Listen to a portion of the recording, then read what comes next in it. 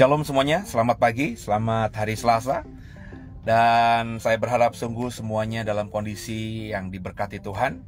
Dan sebelum kita memulai aktivitas kita di hari ini, izinkan saya membagikan kebenaran firman Tuhan yang akan saya ambil di dalam surat 1 Korintus pasal yang kedua, ayat yang ke-6 sampai dengan ayat yang ke-11. Ya. 1 Korintus pasal yang kedua, ayat 6 sampai 11.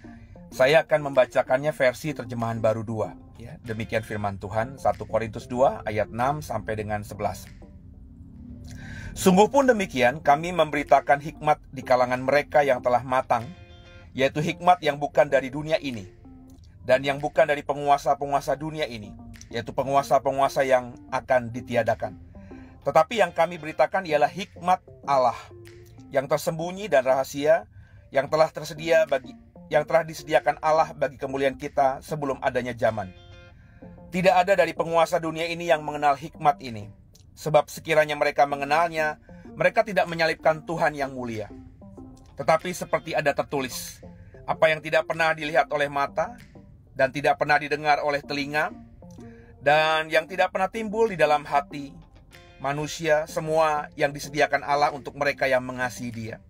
Ayat 10-nya, kepada kita Allah telah menyatakannya oleh Roh, sebab Roh menyelidiki segala sesuatu, bahkan hal-hal yang tersembunyi dalam diri Allah. Siapa di antara manusia yang tahu apa yang terdapat dalam diri manusia, selain roh manusia sendiri yang ada dalam dia? Demikian pula lah, tidak ada orang yang tahu apa yang terdapat di dalam diri Allah, selain roh Allah. Puji Tuhan. Apa yang dapat kita dapatkan dari pembacaan kita dari 1 Korintus pasal 2 ayat 6 sampai 11 tadi?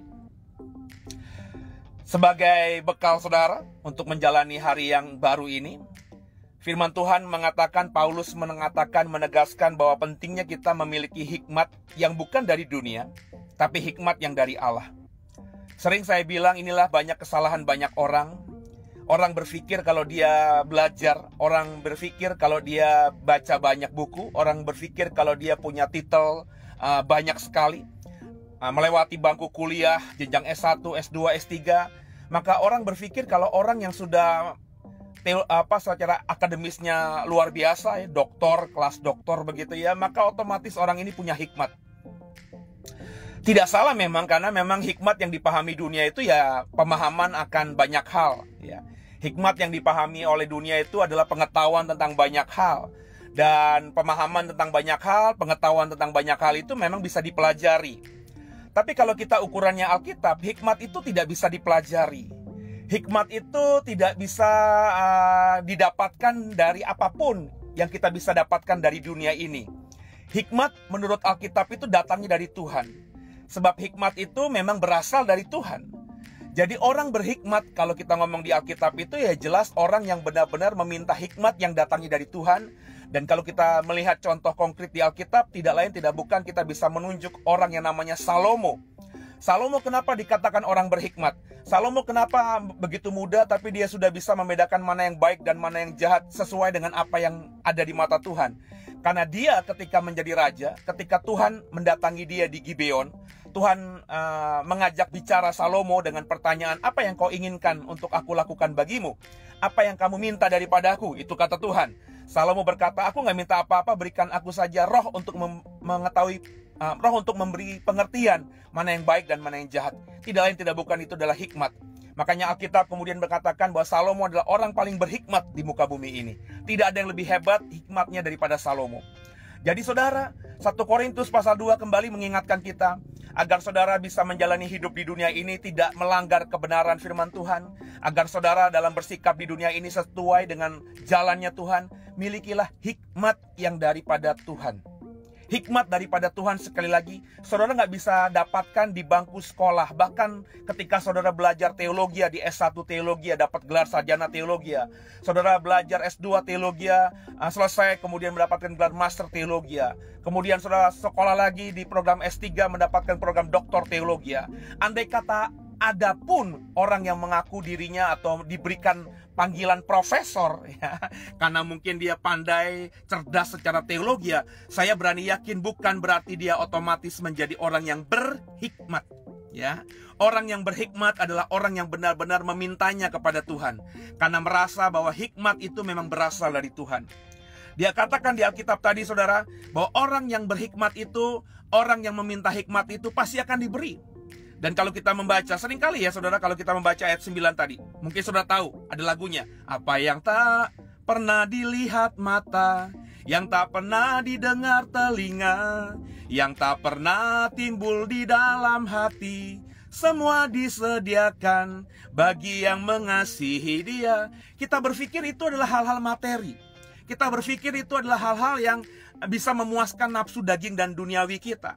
Tapi kalau kita melihat konteksnya, ayat itu berada, teks lagu yang saya nyanyikan yang terdapat dalam 1 Korintus 2 ayat 9 ini, ternyata itu adalah hikmat, saudara. Yang gak pernah dilihat oleh mata itu adalah hikmat. Yang gak pernah didengar oleh telinga itu adalah hikmat. Yang tidak pernah timbul dalam hati manusia itu adalah hikmat. Dan hikmat itu akan diberikan Tuhan kepada orang yang mengasihi Dia. Terutama kalau kita melihat Salomo, orang yang benar-benar sungguh-sungguh memintanya kepada Tuhan. Sebab kita tahu, saudara, Alkitab tadi mengatakan bahwa yang paling mengenal Allah adalah Roh Allah. Roh Allah itu adalah hikmat. Roh Kudus itu adalah hikmat yang dari Tuhan. Makanya supaya kita bisa mengenal Allah, sehingga kita bisa tahu gitu mana yang menyenangkan hatinya, mana yang tidak menyenangkan hatinya, sehingga di sisa hidup kita bisa melakukan hanya yang menyenangkan hatinya, maka dipentingkanlah itu yang namanya hikmat. Karena dengan hikmat kita akan bisa mengerti Allah dengan sungguh. Dengan hikmat kita akan peka akan Allah dengan sungguh. Dengan hikmat kita akan mengerti, bahkan bisa mendengarkan degup jantungnya Tuhan. Andai kata Tuhan itu punya jantung, maka degup jantungnya akan kita bisa dengar. Pentingnya hikmat. Kalau saudara dan saya mulai hari ini meminta hikmat daripada Tuhan dan mencari hikmat daripada Tuhan, maka saya percaya hidupmu, sepanjang sisa hidupmu akan menjadi orang-orang yang bisa melakukan segenap kebenaran firman Tuhan. Dan kalau itu kita kerjakan, maka kita akan menyenangkan Tuhan. Kalau kita menyenangkan Tuhan, pastinya berkat dari surga akan dicurahkannya bagi kita semuanya. Maka mulailah hari Selasa ini, mumpung masih minggu yang baru, mulailah meminta hikmat agar dalam menghadapi pekerjaan, tantangan bisnis, apapun itu saudara benar-benar terus menjadi orang-orang yang mengandalkan Tuhan, orang-orang yang diberkati Tuhan. Haleluya, terpujilah nama Tuhan. Sebelum kita akhiri, saudara, mari sama-sama kita tundukkan kepala. Izinkan saya berdoa buat saudara dalam nama Tuhan Yesus Kristus.